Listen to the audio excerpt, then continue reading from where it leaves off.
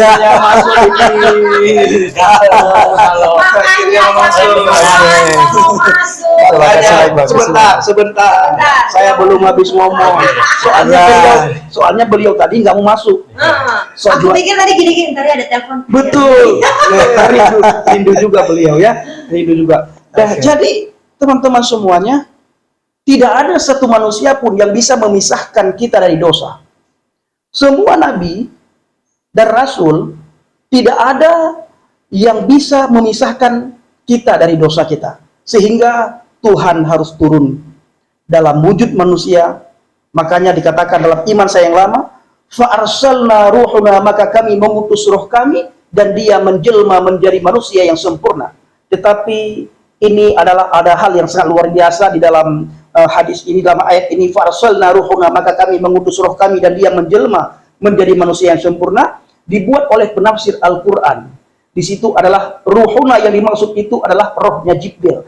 Padahal bil lughah al-arabiyah, dalam teks bahasa Arab, ayat yang baru saja saya bacakan, tidak pernah di situ dikatakan ruhul Jibril, roh Jibril, tidak pernah. Yang ada apa Bang Pendi? Fa'arsalna ruhuna, maka kami mengutus roh kami dan dia menjelma menjadi manusia yang sempurna. Siapa manusia yang sempurna itu? Dialah Yesua HaMasih, Yesus Kristus. Kalau dalam bahasa Al-Quran itulah Isa Al-Masih. Coba baik saudara bayangkan, kenapa Isa Al-Masih itu satu-satunya pribadi terkemuka di dunia dan di akhirat? Karena dia adalah rohnya Allah itu sendiri. Kenapa Isa Al-Masih itu dia hakim yang adil, sedangkan hakim yang adil itu adalah hanya Allah. Tetapi Isa Al-Masih juga hakim yang adil. Kenapa? Karena Isa Al-Masih itu adalah rohnya Allah itu sendiri. Kenapa Isa Al-Masih ketika lahir satu-satunya bayi yang tidak pernah disentuh oleh setan? Karena Isa Al-Masih itulah roh Allah itu sendiri. Nah, saudaraku para pencinta channel Lucy Daiva dan TV Laskar Kristus dan juga Injil Habaget, nanti kita akan sambung lagi. Sekarang saya sampaikan kepada Bang Bani. Ini murtadin yang luar biasa. Beliau jarang tampil. Aku perkenalkan dulu ya. Jadi tadi sudah disinggung bahwa di sini ada murtadin juga ya, yang baru 2 tahun mencicipi kebaikan Tuhan. Tadi beliau nggak mau masuk karena beliau bilang, bukan YouTuber ya. Tapi untuk bersaksi harus. Nggak apa-apa, tapi biarkan akhirnya kan ke sini ya. Kita tadi Pak Bani tertarik juga. Nah, kita akan mendengarkan apa nih? Saya pikir tadi mau maaf ya, saya mau ada telepon. Oh iya silakan. Oh nggak ada, ternyata mau ke sini. Kita akan mendengarkan berkat yang luar biasa yang diremakan yang tiba-tiba beliau masuk ya. Yang belum kenal, ini namanya Bane, baru 2 tahun mengenal Tuhan, ada juga di channel saya, bagaimana kesaksiannya. Silakan Bung. Shalom, selamat malam semua. Ini saya juga ikut gabung karena tadi ada dorongan, kadang-kadang Bang Penny ngomong itu Roh Kudus. Kes Maryam 71. Itu Roh Kudus. Iya. Itu Roh Kudus. Ini saya juga mau negaskan aja. Saya sambung dengan Kes Maryam 71 yang tidak ada seorang daripadamu melainkan mendatangi neraka. Betul ya. Nah, kemudian kita harus lihat juga ke Kes Maryam 72. Hanya orang yang bertakwa yang diselamatkan. Betul. Kemudian kami akan menyelamatkan orang-orang yang bertakwa. Betul. Dan membiarkan orang-orang yang zalim di dalam neraka dalam keadaan berlutut. Betul. Itu Kes Maryam 72. Ya. Kemudian pertanyaan kita berikutnya, lantas siapakah yang bertakwa itu menurut Quran? Ya. Kita lihat di Qiyas Al-Maidah ayat 46. Ya. Di sini saya alatin aja ya. Dan kami iringkan jejak mereka Bani Israel. ya, dari Bani Israel dengan Isa putra Maryam. Ya. Membenarkan kitab yang sebelumnya, Ya. yaitu Taurat, dan kami telah memberikan kepadanya kitab Injil. Ya. Sedang di dalamnya ada petunjuk dan cahaya yang menerangi. Ya. Dan membenarkan kitab yang sebelumnya, yaitu kitab Taurat, dan menjadi petunjuk serta pengajaran untuk orang-orang yang bertakwa. Itulah. Nah, itu Ternyata ya, orang yang bertakwa itu orang yang beriman kepada Zabur, Taurat dan Injil. Fa'atainahu Injil li Isa Al-Masih, maka kami memberikan Injil ini kepada Isa Al-Masih, bertakwalah kamu kepada Injil. Huda linnas, ayat yang berusaha dibaca oleh Bang Bane dalam surat Al-Maidah ayat 46. Nah, huda linnas, bayangkan, huda linnas.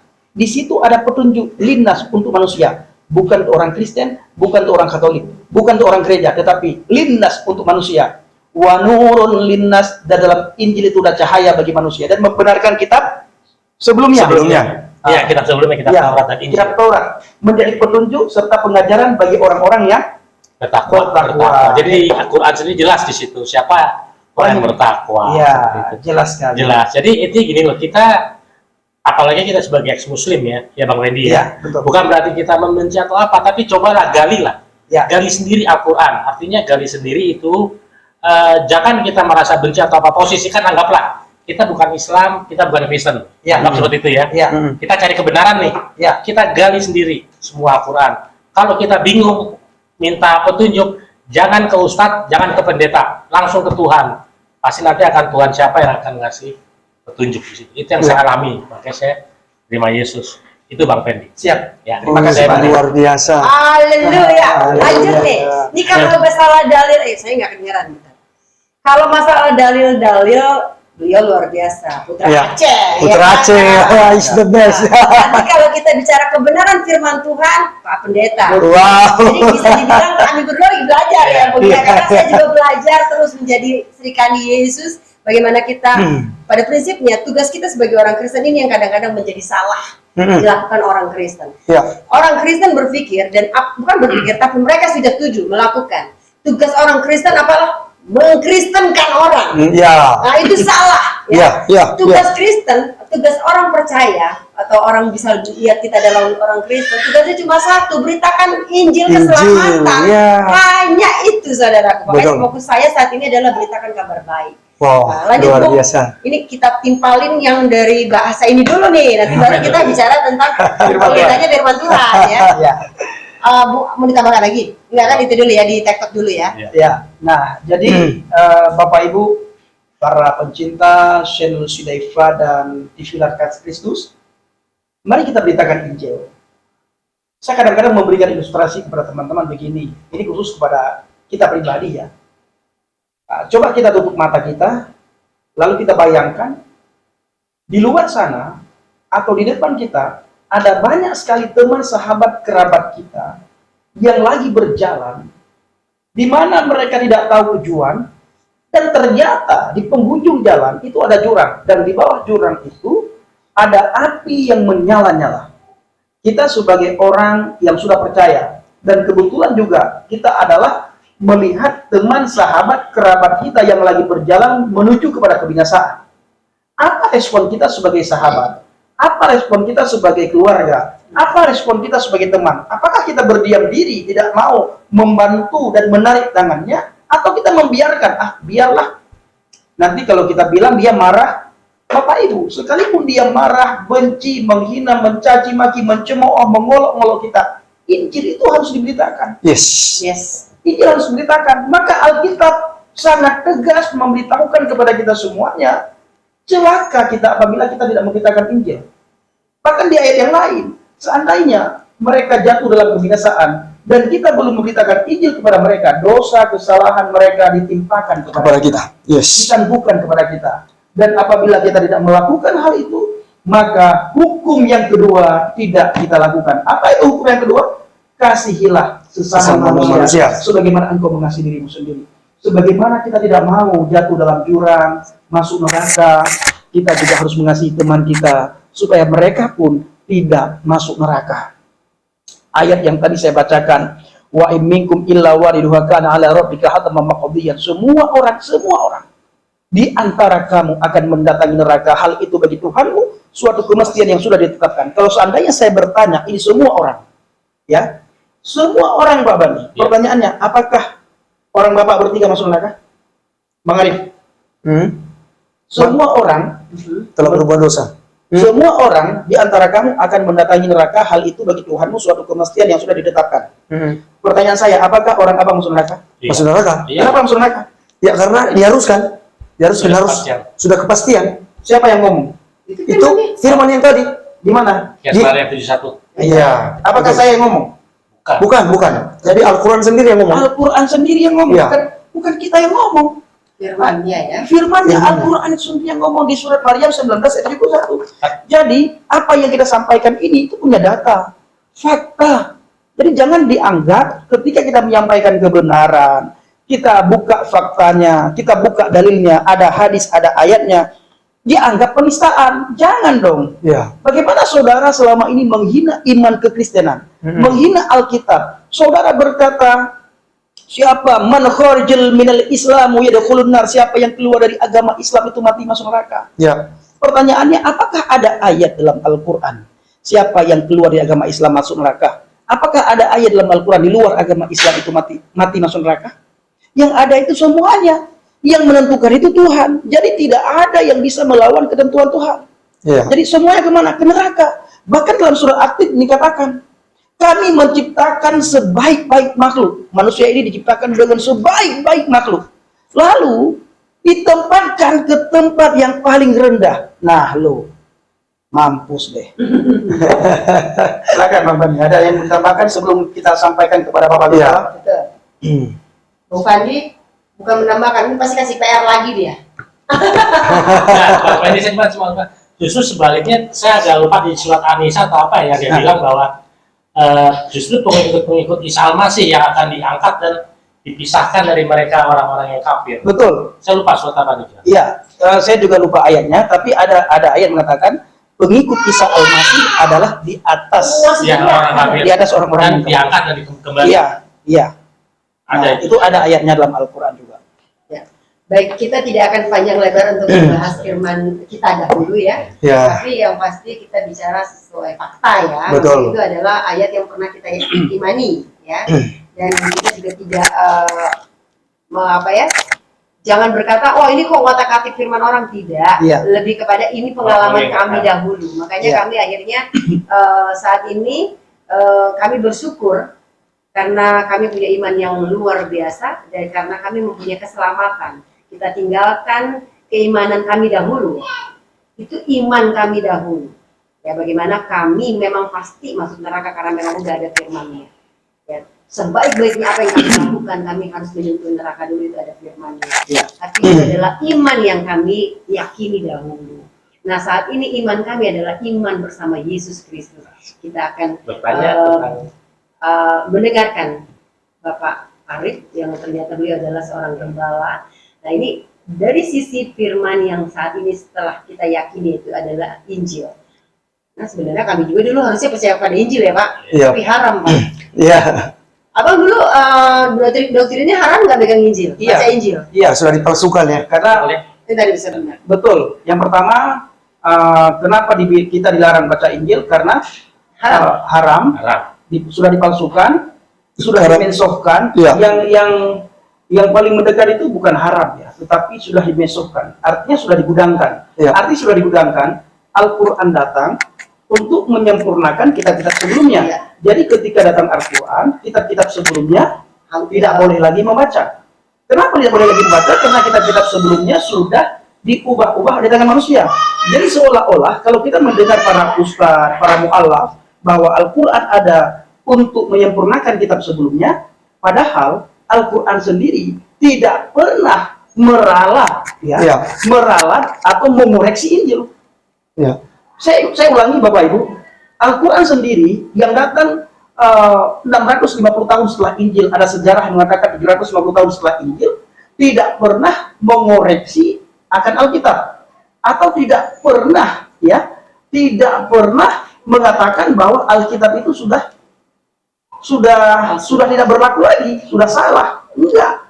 Yang jelas Al-Quran tidak pernah mengoreksi Alkitab. Yang ada apa?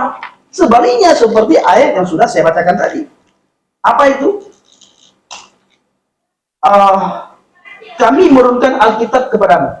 Wa ma nuzila 'alaikumul kitaba bil haqqi musaddiqan lima baina yadayhi wa anzal Taurata wal Injil. Kami menurunkan Alkitab kepadamu dan membenarkan kitab-kitab sebelummu, yaitu Zabur, Taurat dan Injil. Seandainya Alkitab itu sudah diubah-ubah, ya, sudah tidak berlaku lagi, tidak mungkin Al-Quran yang datang 650 tahun masih menulis seperti itu. Seharusnya akan ditulis, jangan lagi baca Injil. Karena Injil sudah diubah-ubah, karena Injil sudah dipalsukan, karena Injil sudah dibatalkan. Ini sebenarnya, tetapi justru sebaliknya. Disuruh bertakwa kepada Injil. Kata siapa? Kata Al-Quran. Begitu, Bu. Oke. Saya mau nanya nih, kebetulan ada Pak Pendeta di sini. Wah. Sebenarnya ada sedikit, saya juga ini, dulu juga saya bingung kok orang Kristen punya Tuhan 3 ya.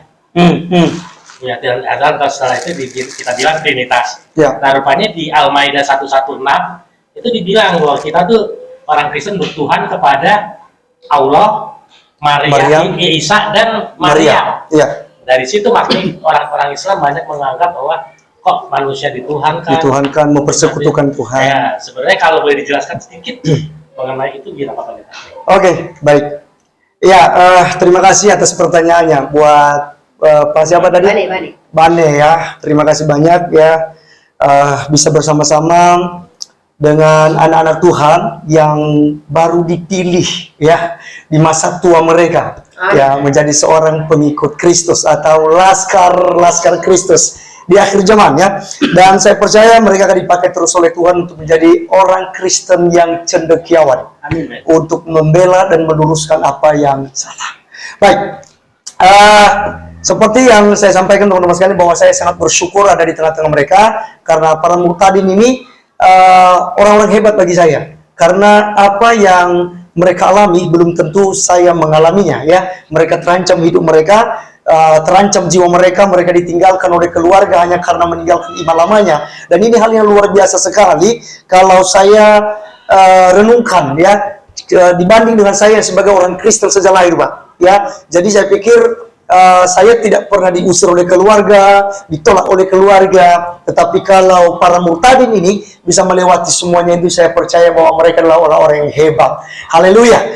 Nah, sesuai dengan pertanyaan daripada Pak Bane tadi soal tentang pernyataan ya dari Al-Quran sebenarnya itu surat mana tadi? Al-Maidah 116. Al-Maidah 116 ya, 116 sampai 117 kalau nggak salah itu. Di benak, hai Isya, apakah engkau berkata kepada orang-orang, jadikan aku dan ibuku dua orang Tuhan selain Allah, ya. Sehingga dengan itu kita diserang bahwa Kristen itu punya 3 Tuhan, menuhankan manusia, mempersekutukan Tuhan. Nah, teman-teman sekalian, pertama sekali saya kasih pengertian buat Pak Bene bahwasanya sebenarnya ayat itu salah kaprah. Kenapa saya katakan demikian? Karena orang Kristen tidak pernah ada yang menuhankan Maria, Pak. Ya, kalau ayat itu, jadikan aku dan ibuku dua orang Tuhan selain Allah. Itu sangat salah, dan itu tidak ditunjukkan kepada orang-orang Kristen. Tidak ditunjukkan kepada pengikut Yesus Kristus, tapi ditunjukkan kepada Nasrani. Nah, hal ini mungkin baru tahu ya. Saya tidak setuju jika ada teman-teman di luar sana mengatakan bahwa Kristen itu sama dengan Nasrani. Saya bantah habis-habis itu. Nanti akan ada season saya memang mau bahas ini. Ada masa nanti. Oke, jadi kenapa saya tidak setuju dengan demikian? Kata Nasrani dengan Kristen. Nasrani sendiri, teman-teman sekalian, itu aliran sesat kekristenan atau dianggap sebagai bidah, sekte sesat ya di Arab Saudi yang dibawa oleh pendeta Waraka bin Naufal. Ya, luruskan kalau salah nanti Bang Effendi, disitulah baginda Rasulullah ya Muhammad itu konsultasi ya, tentang apa yang diwahyukan oleh Jibril kepadanya, kepada pendeta Waraka bin Naufal. Nah, dia ini adalah seorang Nasrani, Pak. Dia Nasrani yang mempersekutukan Tuhan memang, karena dia percaya bahwa Maria itu adalah ibu, ya, Tuhan ibu, Tuhan ibu, ya. Tuhan Bapa, Tuhan Ibu, Tuhan Anak. Sementara Kristen atau Kristian tidak menuhankan Maria. Nah, jadi ayat itu sangat salah, dan saya sering katakan mau salah kaprah, salah menuduh, salah memfitnahnya gitu loh. Ya, jadi sebenarnya itu tidak diarahkan kepada orang Kristen, tetapi diarahkan kepada Nasrani. Maka jangan suka, Pak, kalau Bapak dikatakan sekarang, oh Pak Bene sudah jadi Nasrani.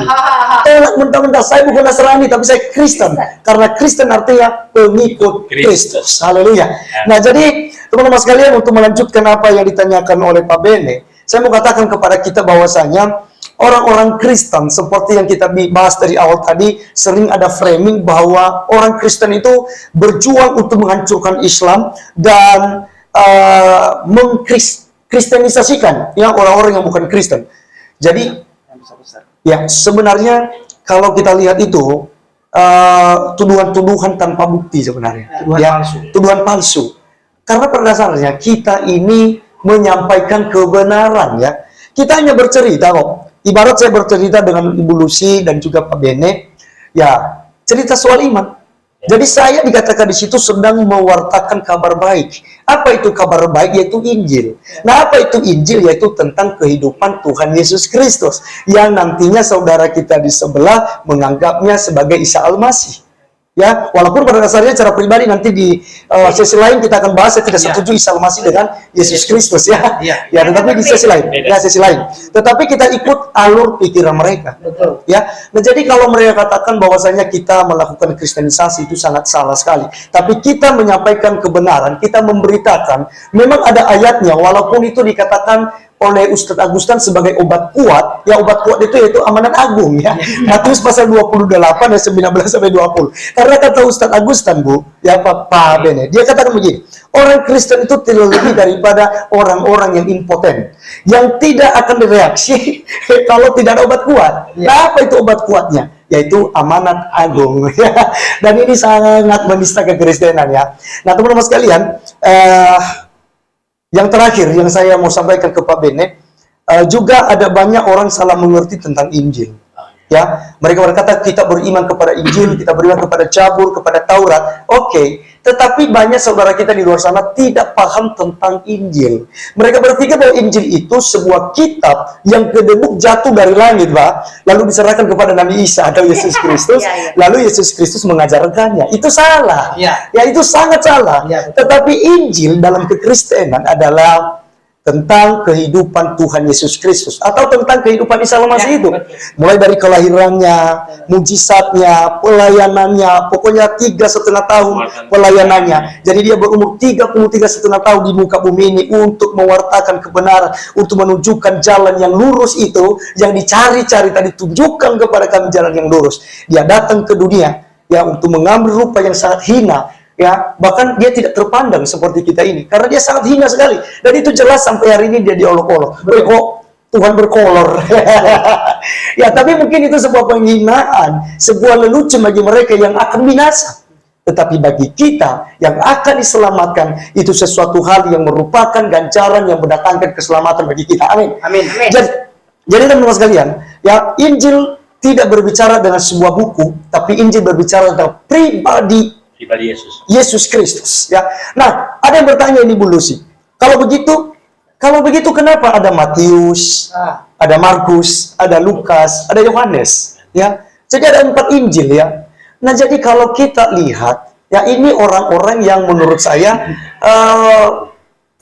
kurang pengetahuan ya, kurang pergaulan ya, saya katakan demikian. Jadi karena terlalu membencinya kepada orang Kristen, tidak mau bertanya sehingga tidak mengerti ya, tidak mengerti tentang apa yang disampaikannya. Ya, padahal kalau kita lihat kitab Matius, Markus, Lukas, Yohanes itu hanya dimuat atau dibukukan ya tentang riwayat kehidupan Tuhan Yesus Kristus selama ada di dunia 33,5 tahun. Ya, jadi itu yang dituliskan oleh kitab Matius, Markus, Lukas, Yohanes. Tapi kenapa berbeda-beda? Seakan-akan kontradiksi. Bukan kitab dari Allah, bukan kitab dari Tuhan yang benar ya. Padahal itu sangat keliru juga kalau mereka menuduh seperti itu. Kenapa bisa berbeda-beda? Karena keempat Injil ini mereka melihat dari sudut pandang yang berbeda. Ya, tentang Injil ya, kita bicara tentang Injil teman-teman sekalian. Tapi saya sampaikan tadi Al-Quran tadi karena ada yang tuduhan tadi, Pak. Ya, ada tuduhan. Karena kita beranjak dari apa yang dipertanyakan oleh Pak Bene tentang surat Al-Maidah 116 ya. Nah, jadi teman-teman sekalian begini. Kenapa bisa berbeda-beda seakan-akan kontradiksi? Semua itu ya karena mereka melihat dari sudut pandang yang berbeda, Bu. Antara Markus, Lukas, Yohanes itu. Ya, contoh posisi saya seperti begini ya. Bang Effendi ceritakan tentang kehidupan saya yang di sebelah sini, yang Bang Effendi bisa lihat Sebelah kanan. di sebelah kanan. Jadi bisa lihat ada bahu saya, ada pipi saya, ada tulang pipi saya, ya kan? Ada jenggot saya mungkin di sini, ada kumis saya sebelah di sini, alis mata saya di sini, rambut saya separuh. Jadi Bang Effendi nggak bisa ceritakan yang ada di sebelah kiri saya. Tapi yang bisa menceritakan tentang sebelah kiri saya adalah Pak Bene, dan Ibu Lucy bisa melihat dari sudut pandang yang berbeda lagi. Nah, jadi kalau seandainya ada 4 orang yang menilai saya dalam posisi saya berdiri seperti ini, teman-teman sekalian, atau berduduk seperti ini, maka mereka akan menceritakan tentang apa yang mereka lihat secara berbeda. Tetapi inti pembahasan mereka, inti yang mereka ceritakan adalah tentang pribadi saya. Demikianlah kenapa Injil Matius, Markus, Lukas, Yohanes berbeda-beda. Tetapi tujuannya satu, saling melengkapi sehingga dia disebut sebagai kitab sinoptis. Oke, mungkin itu saja yang saya bisa sampaikan buat teman-teman semua. Kiranya bisa menjadi berkat buat kita semua dan terutama buat kita yang ada di Injil Habagat saat ini. Oke.